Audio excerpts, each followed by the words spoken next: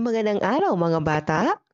Para sa ating unang araw, pagbibigay ng sanhi at bunga.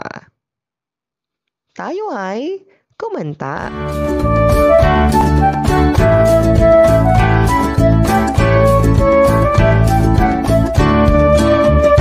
Magtanim ay di biro, maghapong nakayuko, di naman makatayo, di naman makaupo. Braso ko'y namamanhid, baywang ko'y nangangawit, binti ko'y namimintig sa pagkababad sa tubig. Sa umaga pagising, ang lahat iisipin, kung saan may patanim, may masarap na pagkain. Braso ko'y namamanhid, baywang ko'y nangangawit, binti ko'y namimintig sa pagkababad sa tubig. Halina, halina mga kaliyag, tayo'y magsipag unat-unat, magpanibago tayo ng lakas para sa araw ng bukas, para sa araw ng bukas. Ano-ano ang mga kilos na ginagawa sa awit? Ano ang nararamdaman ng tao sa awit? Bakit kaya ito ang kanyang or kanilang nararamdaman? Nakakita na ba kayo ng mga magsasakang nagtatanim? Nasubukan na ba ninyong magtanim? Saan kayo nagtanim?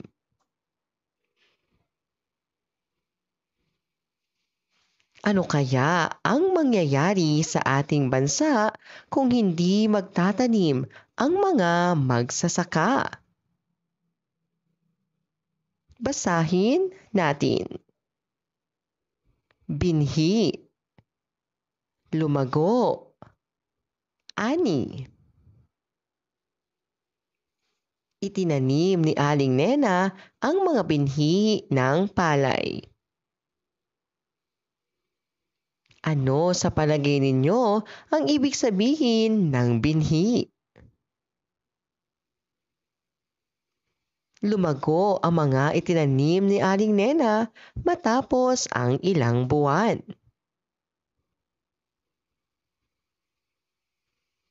Ano sa palagay ninyo ang ibig sabihin ng lumago? Masagana ang ani ni Aling Nena dahil mataba ang lupa kung saan niya itinanim ang mga binhi.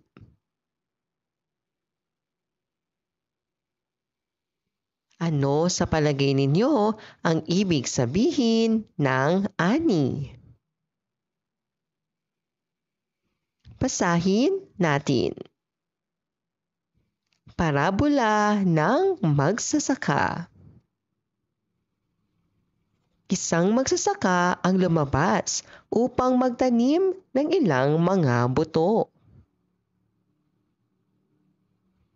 Ikinalat ng magsasaka ang binhi sa paligid ng kanyang bukid. Ang mga buto ay nahulog sa 4 na uri ng lupa.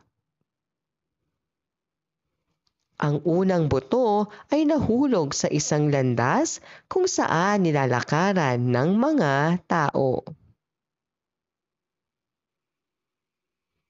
Tuwang-tuwa ang mga ibon na makita ito, kaya lumipad sila ng mabilis pababa. Kinain nila ang lahat ng mga buto.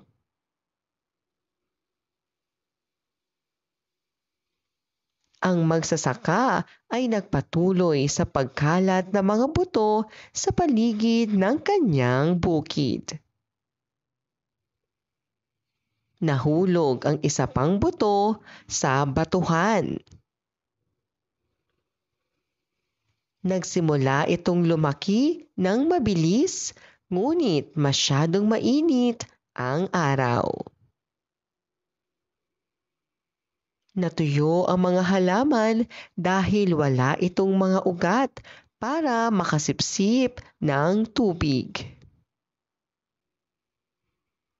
Ang ibang mga buto ay nahulog sa gitna ng mga damo at tinik. Ang mga damo ay tumubo ng mas mabilis kaysa sa halaman.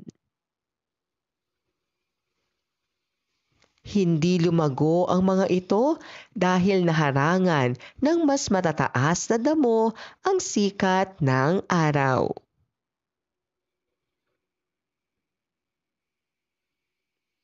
Sa wakas, ang ilang mga buto ay nahulog sa mabuting lupa. Tumubo ang mga buto at nagbunga ng malaking ani. Sino ang mga tauhan sa kwento? Saan ito naganap? Saan ikinalat ng magsasaka ang mga binhi? Saan napunta ang mga buto at anong nangyari sa mga ito? Sa inyong palagay, saan ilalagay ng magsasaka ang mga buto sa susunod na siya'y magtanim? Mahirap ba o madali ang gawain ng magsasaka? Gawin natin. Punan ang chart ng sanhi at bunga mula sa kwento. Sanhi, nahulog ang mga buto sa landas na dinadaanan ng tao. Bunga, kinain ng mga ibon ang mga buto.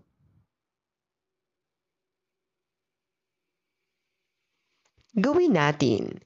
Isulat ang sanhi at bunga ng sumusunod na sitwasyon.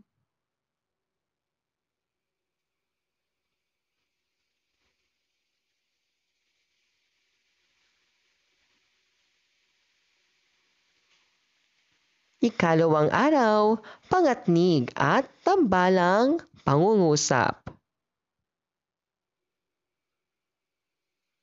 Ano ang nakikita ninyo sa larawan?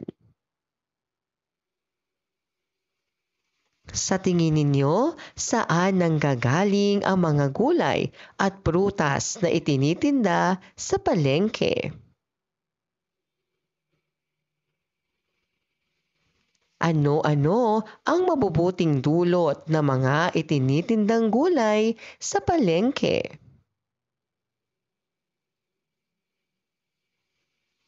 Bakit mahalaga ang pagsasaka? Mahalaga ang pagsasaka sa ating komunidad.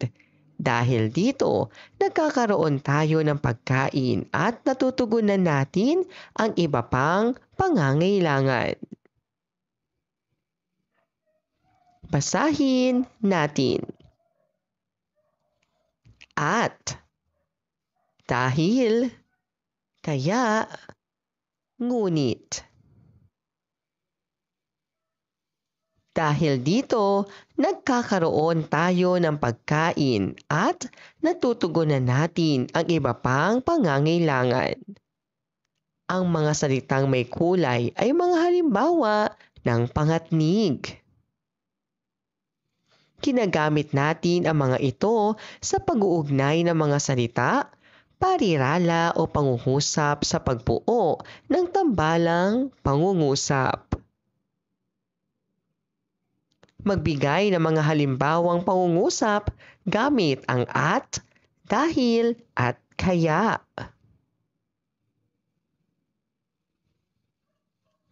Basahin natin. Tumubo ang mga buto at nagbunga ng malaking ani. Natuyo ang mga halaman dahil wala itong mga ugat para makasipsip ng tubig. Tuwang-tuwa ang mga ibon nang makita ito, kaya lumipad sila ng mabilis pababa. Nagsimulang lumaki ng mabilis, ngunit masyadong mainit ang araw. Ang mga salitang at, dahil, kaya at ngunit ay ginagamit upang pag-ugnayin ang mga ideya sa loob ng pangungusap. Kumpletuhin ang mga pangungusap ng wastong pangatnig.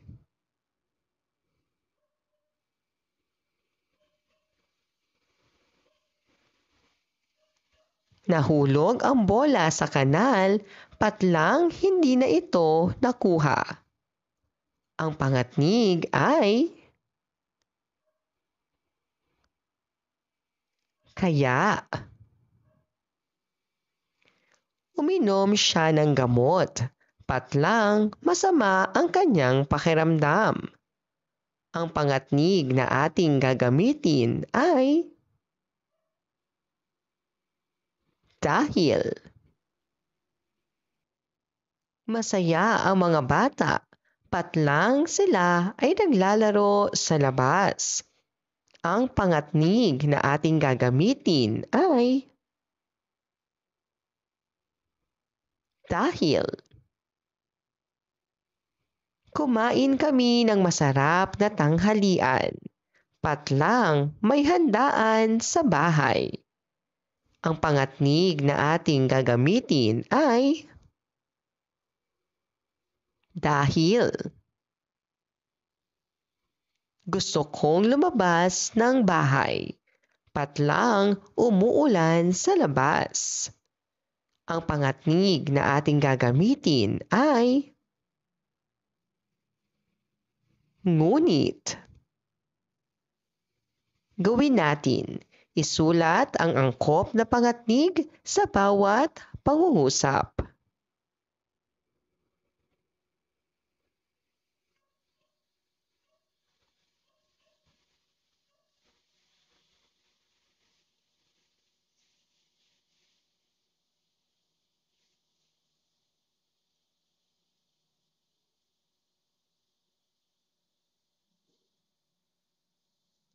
Ikatlong araw, pag-uugnay ng sariling karanasan sa parabola. Ano-ano ang inyong nakikita sa larawan? Alin sa mga talentong ito ang taglay mo rin? Magbigay ng mga taong kilala ninyo na may taglay ring kaparehong talento sa larawan.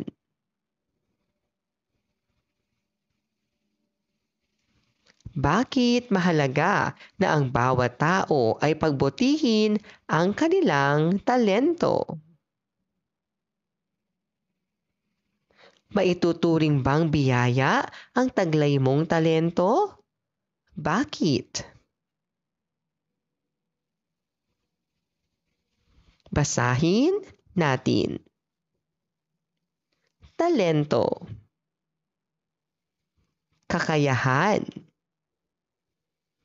Pagyamanin.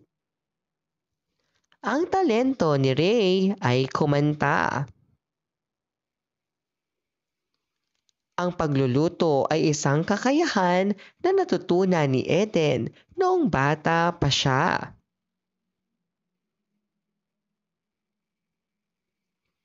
Ang mga talento ay kakayahan ni Ray at Leia ay mga bagay na dapat pagyamanin. Basahin natin. Parabola ng talento. May isang hari na aalis papuntang malayong lugar. Bago siya umalis, tinawag niya ang 3 katulong at binigyan sila ng talento o pera ayon sa kanilang kakayahan.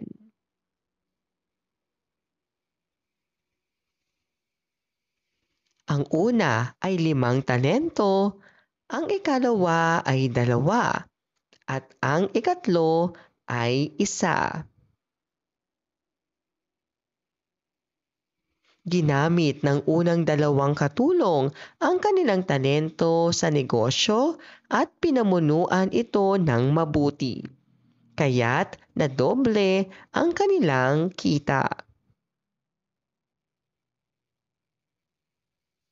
Ngunit ang ikatlong katulong ay natakot kaya ibinaon niya sa lupa ang kanyang 1 talento at hindi ito pinakinabangan.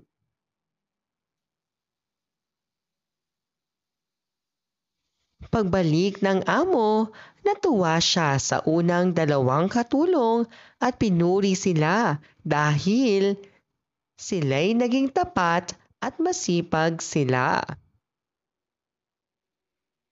Ngunit nagalit siya sa ikatlong katulong dahil wala itong ginawa. Sino ang mga tauhan sa kwento? Saan ito naganap? Kung ikaw ang katulong na binigyan ng 1 talento, ano ang gagawin mo rito at bakit? Nabigyan ka na ba ng isang mahalagang gawain sa bahay o sa paaralan?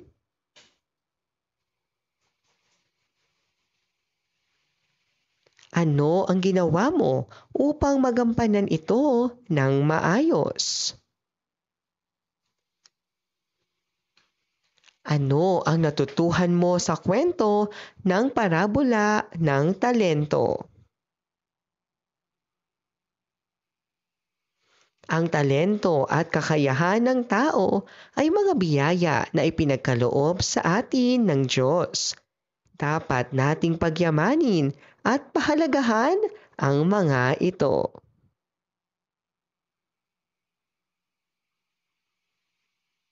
Gawin natin. Basahin ang sitwasyon. Piliin ang letra ng angkop na sagot. Tumulong ang mga bata na maglinis ng kanilang paligid. Ano ang ginagawa mo sa inyong komunidad? Tinulungan ng isang bata ang matanda na tumawid sa kalsada. Paano ka tumulong sa kapwa sa inyong komunidad? Ang kwento ay tungkol sa batang sumusunod sa batas trapiko sa kanilang barangay. Ano ang ginagawa mo kapag tumatawid ka sa daan?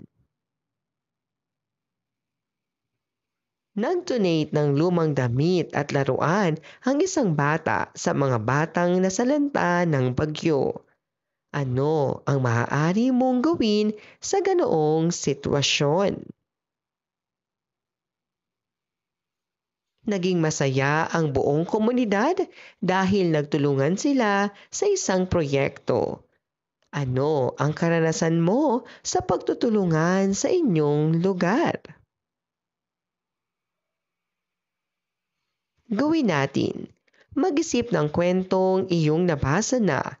Isulat ang pamagat, mensahe ng kwento at paano mo ito maiugnay sa iyong karanasan.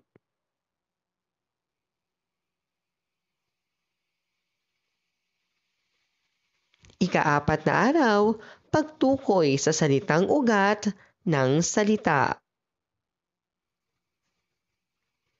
Crossword puzzle. Hanapin ang mga salita. Yaman.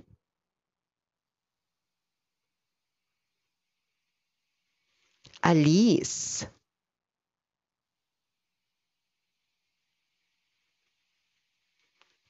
Layo.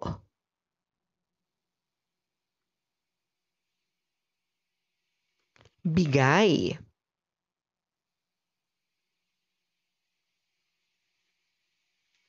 puri,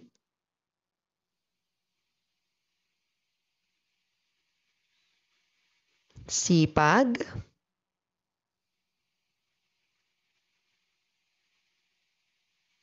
turo.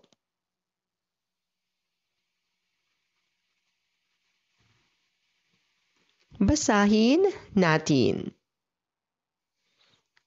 Binigyan ng talento ang tao para mapabuti ang sarili. Natuwa ang amo sa ginawa ng dalawang katulong.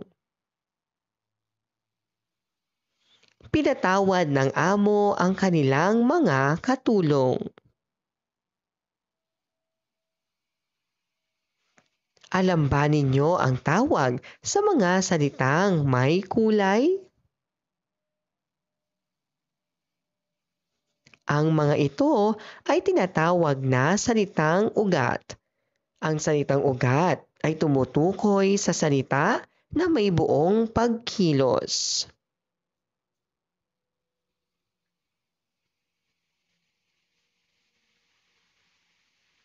Halimbawa, salita na galit.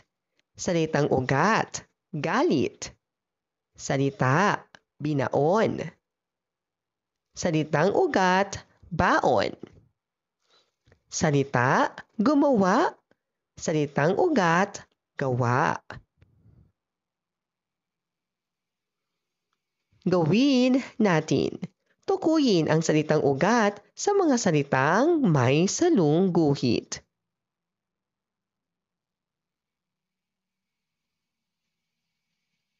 Gusto kong kumain ng prutas tuwing merienda. Ang salitang ugat ng kumain ay kain.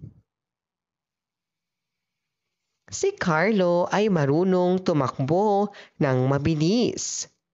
Ang salitang ugat ng tumakbo ay takbo. Masayang naglaro ng piko sa bakuran ang mga bata. Ang salitang ugat ng masayang ay masaya. Maaga akong natulog kapag may pasok kinabukasan. Ang salitang ugat ng kinabukasan ay bukas. May gagawin kaming proyekto sa paaralan. Ang salitang ugat ng gagawin ay gawin. Ang salitang ugat ay ang pinakasimpleng anyo ng isang salita na hindi pa nababago o napapalitan ng mga panlapi. Gawin natin. Tukuyin ang salitang ugat sa mga salitang may salungguhit.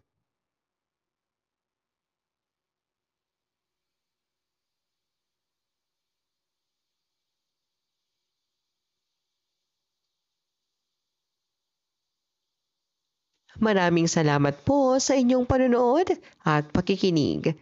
Hanggang sa muling pag-aaral ng asignaturang Filipino. Paalam!